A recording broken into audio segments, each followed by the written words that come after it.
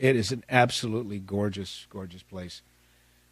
Speaking of, that is a place. I remember I was driving through Wyoming. Made a big trip of the western United States in an RV with my family. It was delightful. But we would go by these Indian reservations, and it was amazing how many. You'd go by the Indian home. There'd be the Indian reservation, or there'd be the high school, home of the Redskins. What? Home of the Redskins. Home of the. So I just think to myself, there's all this craziness going on about these sports teams and their logos. But now you got the Madison School Board okaying a ban on student attire with Indian mascots and logos. So it doesn't matter if it's an NBA team, an MLB team, or a college, like the Florida Seminoles. You wear that to school, you have violated school policy. That's the latest. You violated school policy based on this. And this is in Madison, Wisconsin. Now, I love you folks listening in Madison and in Wisconsin. I love your governor. He said this, Governor Scott Walker, if the state bans speech that is offensive to some, where does it stop? And he's exactly right. That defies the spirit of the First Amendment. He wrote this in a letter to local tribal leaders. He said, a person or person's right to speak does not end just because what they say or how they say it is offensive. Amen, amen, and amen, Governor Walker. Savage Nation. Brian Sussman, proud to be filling in for Michael Savage. Don't forget michaelsavage.com for all the latest news, and we'll dive into the website in just a couple minutes here on the program. Also, the book, a must-read. It's the final in the trilogy. And we have to talk about this. It is, of course, the countdown to Mecca. And your calls coming up on the Savage Nation. Brian Sussman again filling in. This is the Savage Nation. Join the Savage Nation. Call now, 855-400-SAVAGE, 855-400-7282. Savage. Your Savage Nation is sponsored by SwissAmerica.com. It's the only company I trust for tangible assets, gold and silver. Call 800-BUICOIN. Brian Sussman filling in for Michael Savage today on the Savage Nation. michaelsavage.com is the website. I'm there right now. And a lot of the stories we've been talking about this afternoon, this evening, are indeed from the website. We haven't heard the audio from Marie Barf. Last name actually rhymes with Harf. Or is it the other way around? Marie Harf, last name rhymes with Barf. Either way, she is so skillful in terms of her devious rhetoric, isn't she? She's getting a big promotion now. She will no longer be the State Department spokesperson. She's going to be John Kerry's personal strategic communications spokesperson. So that means she's the strategic liar and spinner. And as long as we're talking about Secretary of State Kerry, we can talk about ISIS, which a lot of people want to talk about. This administration doesn't want to do anything about ISIS, and it bothers people greatly. Kenny is calling from WABC in New York. Kenny, talk to me. So you're telling me maybe we don't have to worry so much about ISIS. Go ahead, please. Well, first of all, talking to the Savage Nation is unbelievable. Talking to you is great. We want Mike to get better. The first thing is, let's stop calling Jonathan Bush Jeb. His name is Jonathan Bush. Jeb is just a strategic name to core in all the Southern conservative good old boys to vote for him, to think he's... Is that true? Jeb is just a simple nickname, huh? That's all it is? Yeah, it's amazing. These people are well-to-do. You think they call each other Jeb and W?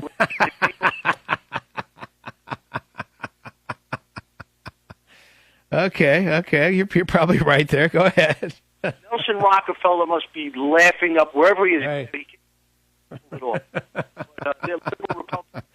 Okay, but Kenny, to your point, ISIS is not as powerful as everyone thinks they are. Explain that. Well, because it's like chasing around a bunch of cockroaches. We let little nothings intimidate Americans. Americans are afraid of, the real Americans are afraid of nothing. And I don't... here's what, would you agree with me, Kenny? A real American is afraid of their government. We should not trust our government ever. Our system of government here in the United States, the federal system of government and the Constitution, the Bill of Rights were designed to protect us from government. Yes, but now we have people inside this country who depend on government. It's getting bigger and bigger. You got to remember, as the population gets bigger and bigger, you're going to have more people depending on the government, and the government's going to get bigger and bigger. Remember the fallacy the Republicans used to say we believe in smaller government? We do that. Right. We've never seen that, have we? We will never see that. The only way we can get to grips with this stuff is to deal with what's going on. We have unchecked immigration. We have millions of people coming inside this country. People coming in. We have race quotas. Well, but Kenny, it's no longer illegal immigration. Remember what you heard on the Savage Nation yesterday? It's called international commuters. That's what these people are. They're international commuters. They're no longer illegal immigrants. They're international commuters. They are invaders. We don't let them steal the dialogue. Don't let them steal the vernacular, the American vernacular. These people who support this are open border freaks. That's what they should be branded as. We can't absorb the whole world. If the whole world could come here, they would come here, and they're going to. They look at it like a big giant piece of rock candy, and all they can take. They couldn't care less. Look at the American GI veterans. This really made me sick. These guys couldn't get any coverage, any help, and those animals down in Guantanamo Bay could call doctors, American doctors, and get treatment. Come on, that's not America. That's not my America. Oh, listen, Kenny, thanks for your call. Good call. When we return, as long as we're talking about the guys from Gitmo that were released, who are just about their travel ban's about to come to an end. I got a Gitmo story you've got to hear from a guy who used to work there. And these Taliban 5. We'll do that coming up on the Savage Nation. MichaelSavage.com. Don't forget Michael's new novel, Countdown to Mecca. A renegade group of generals and their plot to destroy Mecca. So we're going to be talking about that as well. Brian Sussman filling in for Michael Savage on this, The Savage Nation. And don't forget the phone number because I do want to hear from you. Lots of time to call in. 855-400-SAVAGE. 855-400-SAVAGE. MichaelSavage.com. Brian Sussman on this, The Savage Nation. It's The Savage Nation. Brian Sussman filling in for the good doctor who's off today. Of course, yesterday we listened to the program, and he was doing a yeoman's job of struggling through the illness that was befalling him, but everyone thought it would be best just to lay low today, so hopefully everything's going to work out and he's back tomorrow. So Brian Sussman filling in. Don't forget MichaelSavage.com. It's loaded with all the top stories that we've been following for you this afternoon, this evening, depending where you are as we go through the program here. As we concluded the last half hour, we got into a brief discussion regarding the Taliban 5, those 5 Taliban generals that were released by Barack Obama and were swapped for Bogue Bergdahl, the traitor, Bogue Bergdahl, the deserter. Bogue Bergdahl, the kind of soldier that the left loves. Oh, this is a man who followed his heart. He realized just how low the United States military had become, and he left his post. That's the kind of soldier the lefties like. I'm surrounded by them here in San Francisco. These are people who, like Obama, want to fundamentally transform this country. These are people, you meet these people in this city, the Libbies who are in their 60s, 70s. These are the same ones that spit on the guys when they came home from Vietnam, okay? They haven't changed their stripes.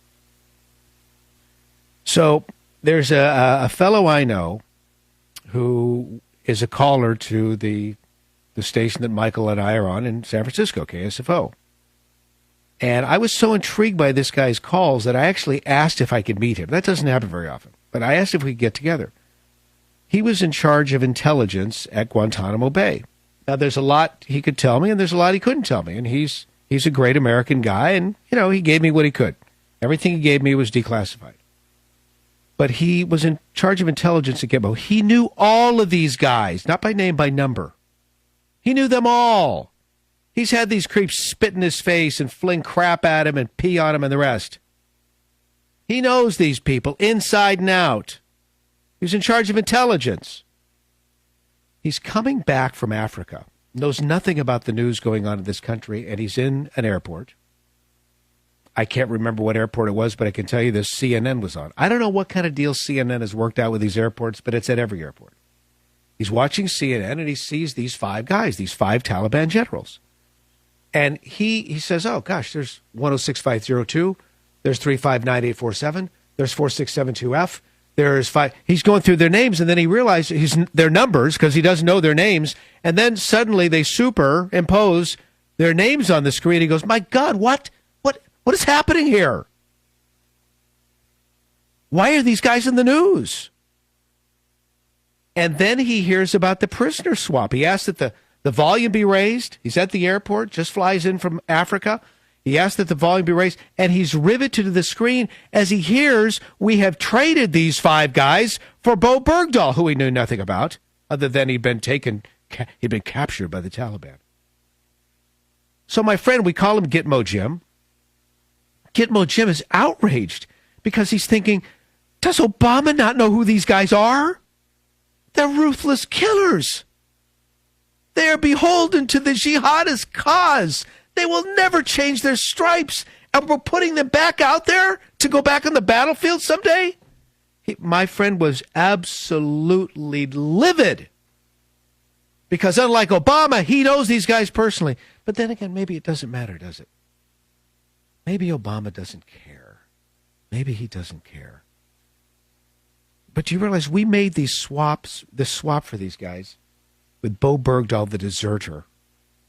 Oh, but there was going to be a 1-year travel ban. They'd be stuck in Yemen, observed by the Yemen government. They wouldn't be able to travel for a year. Oh, really? So the year's coming up now. And what's Obama doing about it? Nothing. He probably thinks it's only fair. They've served their time. They were held unjustly in Gitmo. They've been released. They can go about their business. I read one story that this administration is actually saying, well, they're middle-aged guys now. It's not like they're really going to go back on the battlefield. What difference does that make, to quote Hillary Clinton? Are you kidding me? Good Lord. So we've got that story. There's another story. This is a fascinating one. I know how much Michael loves nature. Half of his life was spent studying nature. I love nature. I love going out and hiking in it. I love hunting in it. I love sitting back and just surrounding myself in it. I love nature. But this is a study published in the journal called Environmental Psychology. Anyway, there's a growing body of scientific literature, peer-reviewed literature, regarding the health advantages, psychological and otherwise, of being exposed to nature. I totally believe this. It's a fascinating story in the Washington Post. Now, what happens when we're exposed to nature? You know what it is? You're seeing God. You get out in nature, you are seeing the face of God. How many of us have been at a low point in our life? Whatever that low point may be, you know what it is, I know what it is, whatever it is. You go take a walk in the park, in the forest, go to the beach.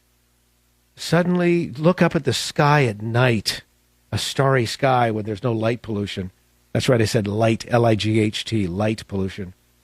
You take a big breath and you realize, okay, well, maybe my problems aren't so bad as I once thought. But, this reminds me of something that was said by a well-schooled Jewish rabbi named Saul of Tarsus. You Gentiles know him as St. Paul,